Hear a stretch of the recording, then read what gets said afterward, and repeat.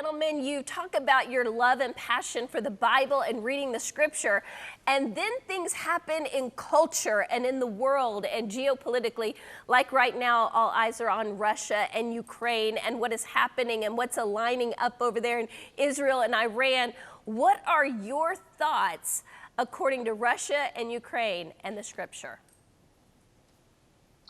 Well, Ezekiel 38 and 39 is crystal clear about what's going to happen, take place in the end times. It says that Russia, with a coalition of nations, will basically make an invasion of the nation Israel. And God says he will come in and divinely, supernaturally deliver Israel from that invasion. But it's interesting, the nations that are mentioned there, it says that Gog is the head or the chief of this invasion. Magog, these Central Asian nations. It mentions Persia, which is Iran today, and most of the other nations are involved, or in Turkey. All these nations are surrounding Israel, and they're all pretty much anti-Israeli, anti-Semitic. Some of them have threatened to wipe Israel off the planet. But Scripture says that Russia will coalesce with these nations and invade south and come towards Israel and try to invade the nation Israel. And so what we're seeing right now, I think, with Ukraine is could be a part of that assimilation of one nation into this area called Magog in the scripture. Some Bible scholars believe that Ukraine, that area, is a part of the Magog coalition. And so we're seeing, really, I think, the stage setting of that future war happen.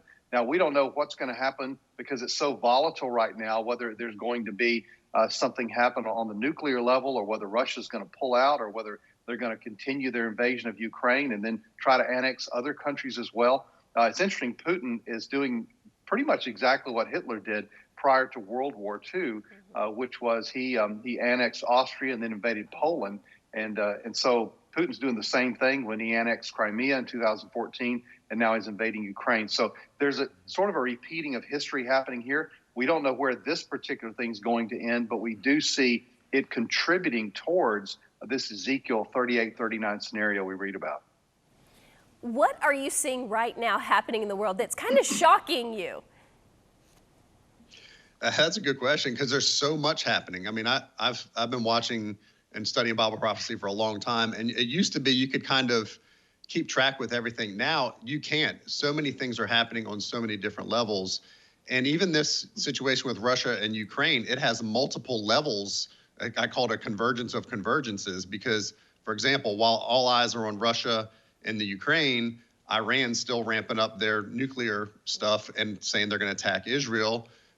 Israel is still, daily almost running sorties into Syria and bombing different weapons depots and stuff like that Iran's bringing in. So there's all kinds of things, and those are stage setting in the sense of there's a prophecy in Isaiah 17 that talks about Damascus being destroyed in a day.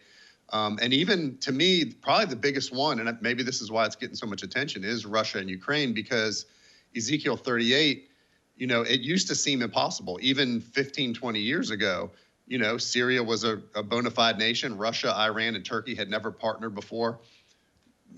Then came 2011 with the Syrian civil war. Russia, Iran, and Turkey, three main players from Ezekiel 38, all come in with military assets and are now partnered together. You could totally see, Jeff and I say, we don't know if Putin is Gog that's spoken about in Ezekiel 38, but he's acting very Gog-esque. And in Ezekiel 38, it says, God will cause it, or he'll cause an evil thought to come in his mind, and he'll put a hook in his jaw and bring him down to the mountains of Israel, which is just north of Israel in Syria. But somehow in this prophecy, Syria won't be involved. And now we see exactly how all that could play out. Again, we don't know when this is going to happen. Prophecy kind of has a hurry up and wait aspect. It develops really fast, and then it pauses for a while. But these are bona fide, crystal clear trends that are lining up with Bible prophecy right before our eyes. We have a front row seat to seeing these trends get put in place.